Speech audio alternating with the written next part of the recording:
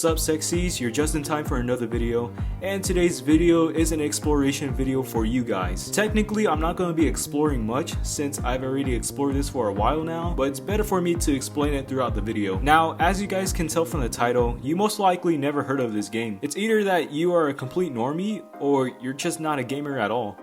Mobile game. Anyways, if you're a weeb like me, you probably know about this game or at least heard of it around the app stores. But however, it wouldn't be an exploration video if you guys already knew what the game was. It'll be pointless. Fortunately for you all, I'm about to guide you to one of my favorite mobile games of all time. Psych! It ain't worth being an all-time favorite, but still my favorite. Anyways, we're going to explore the world of Unison League.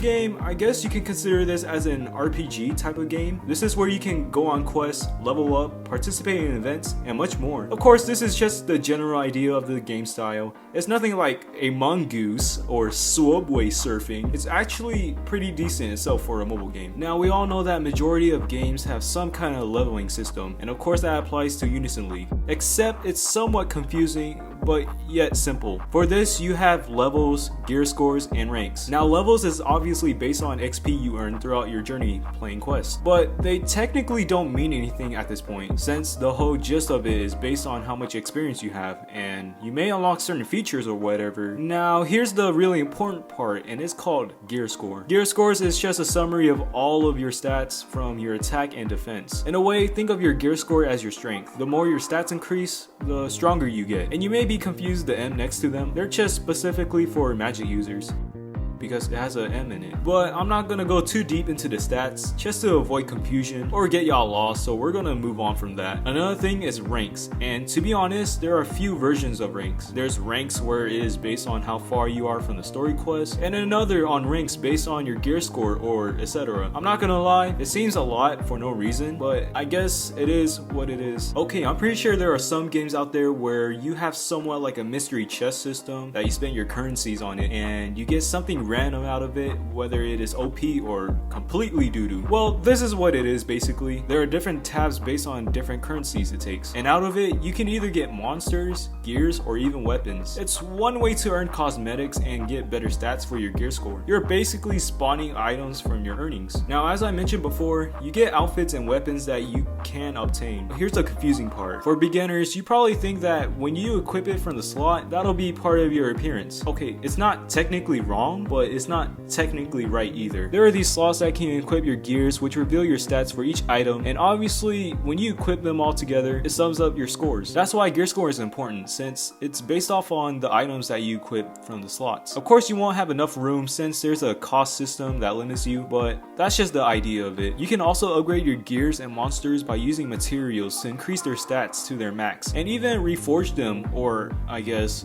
evolve them into a better rarity. A way to customize your avatar is simply clicking on the cosmetic button and boom, you can change your appearance from there. Some of the items are locked most likely because you sold them or you somehow just don't have it anymore. The way to unlock them, you could just use cosmetic keys, which you can earn from quests and events. But yeah, I'm not gonna lie, it all seems complex, but yet simple. You can also get pets, which I thought was unnecessary at first, but then once you start feeding them, their stats increase, which benefits you, adding their stats with your gear score. This also applies to your room that you have. Whatever furniture you equip from these slots, they also add along to your gear score. But for your room as appearance, you can just customize it however you want it. This is like Sims, I guess.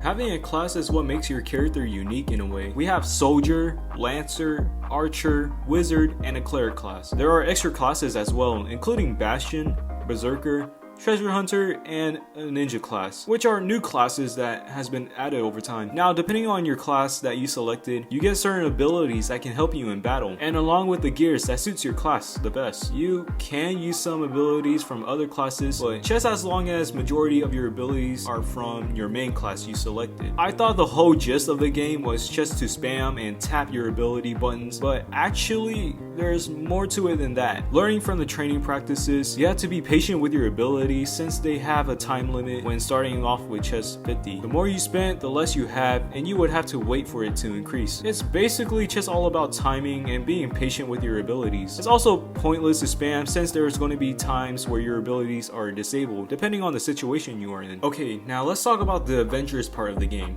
The quest. The campaign story includes 2 maps, which is like a part 1 and 2. Originally, the storyline only had 1 map, but over time the game updated and added another map. And I'm not gonna lie, I don't really pay attention to the story. I just skip it and move on. But honestly though, as you go on the quest, you do the same tasks by defeating monsters, moving on, and clear.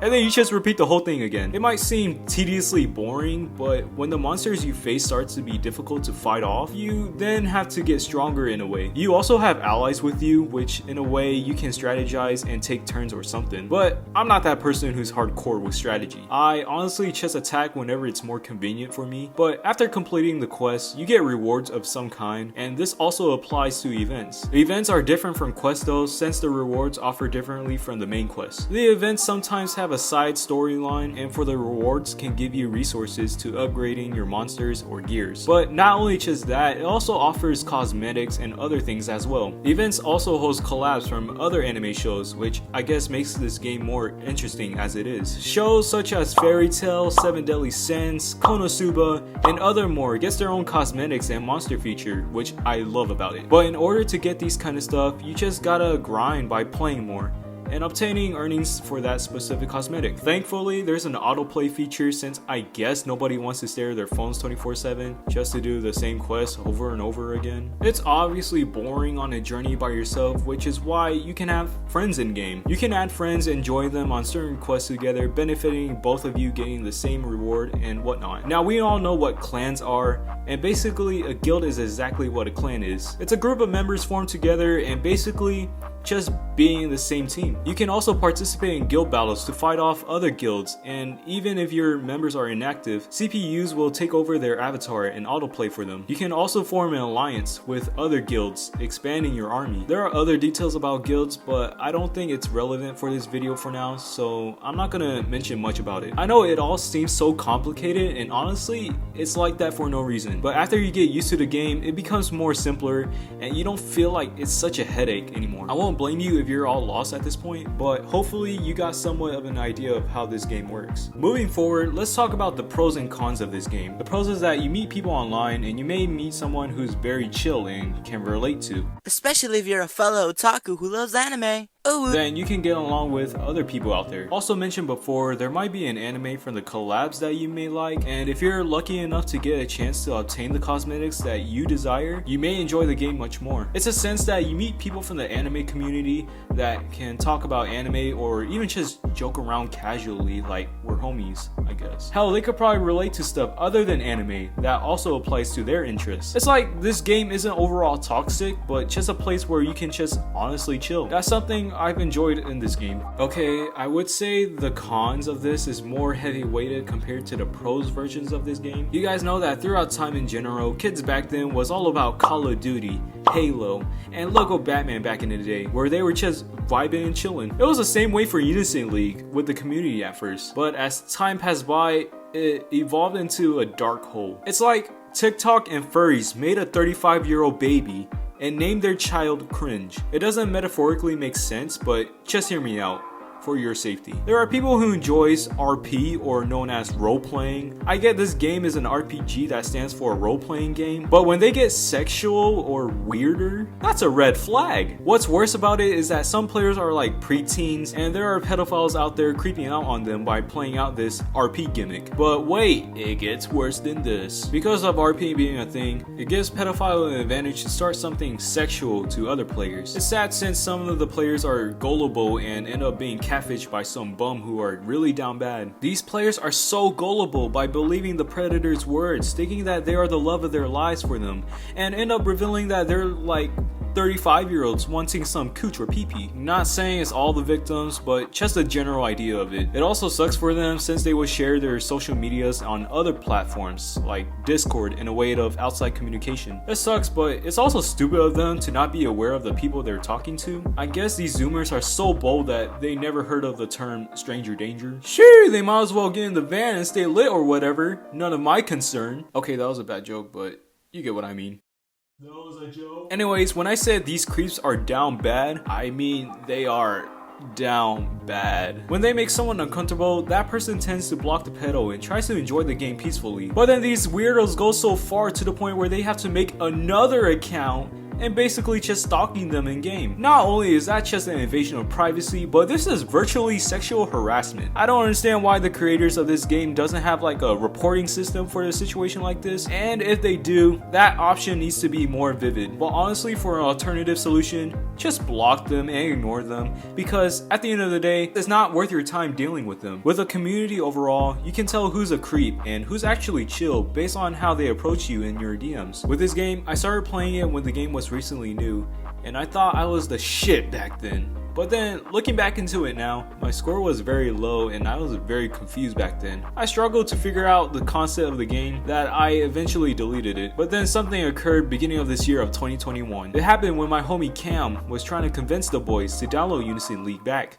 Except for Joe Gracias. He never knew this game existed. I explained to Joe what the game was all about by going on quests and earning rewards along the way and even leveling up. All of a sudden, I was having a nostalgic moment of the game. That moment convinced me to download Unison, and eventually the rest of the boys downloaded back. But yeah, after playing again, I was able to understand the concepts and adapted quickly to the game. I guess back then, since I was so young, I was a simple-minded child. It's weird how I was able to understand the game since I'm still simple-minded.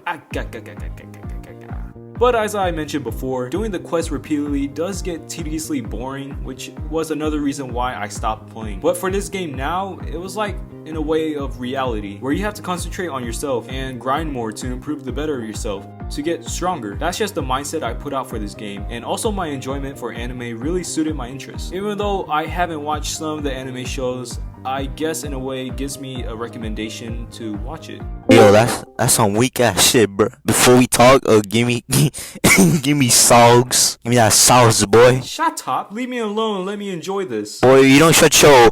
I lost that tiebreaker. I lost that tiebreaker and lost the tournament looking ass. You suck.